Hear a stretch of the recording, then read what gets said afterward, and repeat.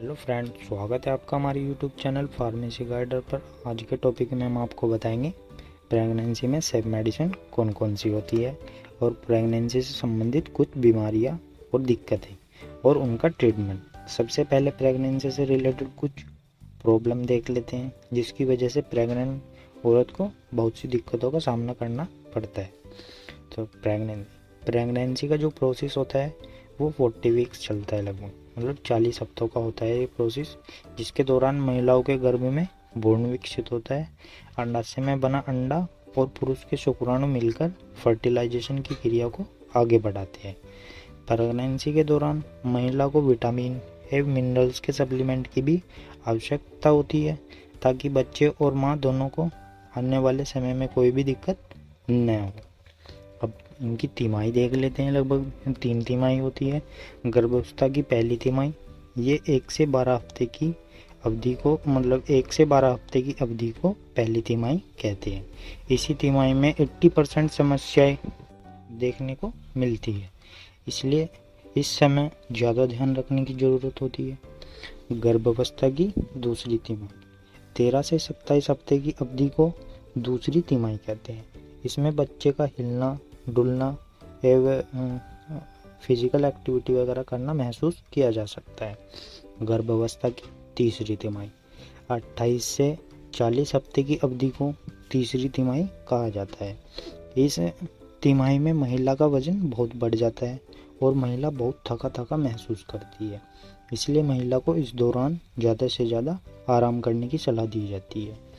Investigation में कौन कौन सी जांच करानी चाहिए, मतलब हीमोग्लोबिन की जांच होती है, आरबीसी मतलब red blood count, blood group, sugar, HIV, urine और एल्बुमिन।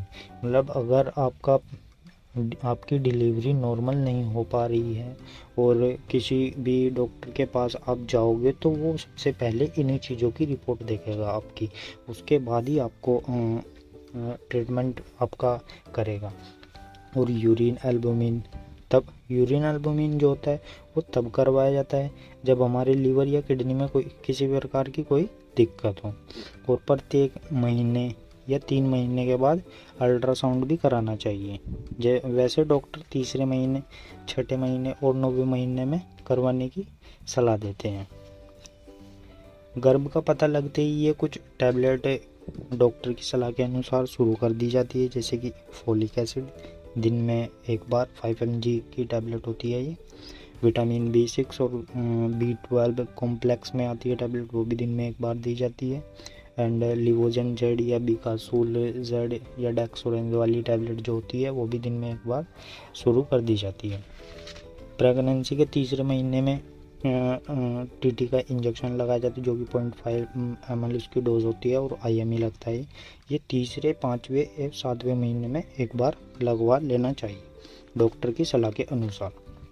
और लिवोजन टैबलेट OD दिन में मतलब एक बार, और फिर सेलकाल सिटी मतलब कैल्शियम की टैबलेट भी दिन में एक बार शुरू कर दी जाती है। कुछ और समस्याएं जैसे कि गर्भधारण के बाद तुरंत होने वाली समस्या। सबसे पहली समस्या जैसे कि उल्टी होना एक कॉमन सी बात है, और जी मिचलाना। गर्भकाल के पहले तिमाही में उल्टी होना, जी मिचलाना और मॉर्निंग सिकनेस होना आम बात है। अगर उल्टी सामान्य है तो घबराने की कोई बात नहीं, लेकिन अगर बहुत अधिक उल्टी हो रही है तो कुछ ट्रीटमेंट डॉक्टर की सलाह के अनुसार शुरू कर देना चाहिए, जैसे कि डाइजिन टैबलेट दिन में 4 बार QID, जिससे कि आपका डाइजेशन सिस्टम सही रहे। एंड प्रेग्निडोक्सिन उल्टी होने पर तुरंत दी जाती है। एंड कुछ वोमिकाइंड, ओंडिस्टोन वगैरह, ग्रेनिफोस वगैरह की टैबलेट आती है जो कि आपको डॉक्टर की सलाह के अनुसार लेनी चाहिए उल्टी होने पर। प्रेगनेंसी के दौरान, अभी इसके बाद एक और समस्या है प्रेगनेंसी के दौरान ब्लड आना। प्रेगनेंसी के दौरान ब्लीडिंग होने की संभावना कभी भी हो सकती है।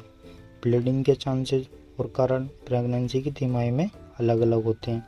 किसी को पहले 3 महीने में ब्लीडिंग होती है तो उसका मतलब है कि इंटरनल कॉर्ड ब्लड क्लॉटिंग हो रही है, प्रेगनेंसी कमज़ोर है, या फिर कोई नलिका है, मतलब कोई ट्यूब है जिसमें कि अच्छी तरह से जो कि अच्छे तरीके से बच्चे से जुड़ी नहीं या चिपकी हो, और जिसके कारण कोई जमाव हो गया हो और उसमें शुरुआती ब्लीडिंग हो सकती है।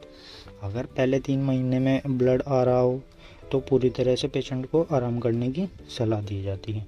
इसमें ट्रीटमेंट क्या करवाया जाता है, लगभग अल्ट्रासाउंड कराना चाहिए जिससे पता चल जाए कि किस कारण से ये दिक्कत हो रही है।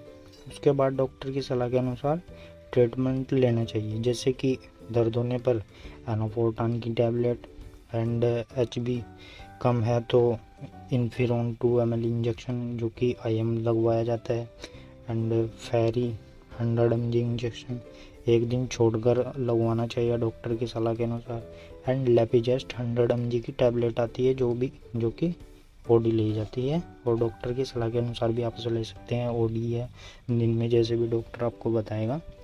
ये सभी दवाइयाँ आपको डॉक्टर की सलाह के अनुसार ही लेनी चाहिए। तो इसी के साथ लेते हैं आप लोगों से अलविदा। मिलेंगे एक और नई वीडियो के साथ, तब तक के लिए धन्यवाद। Thanks for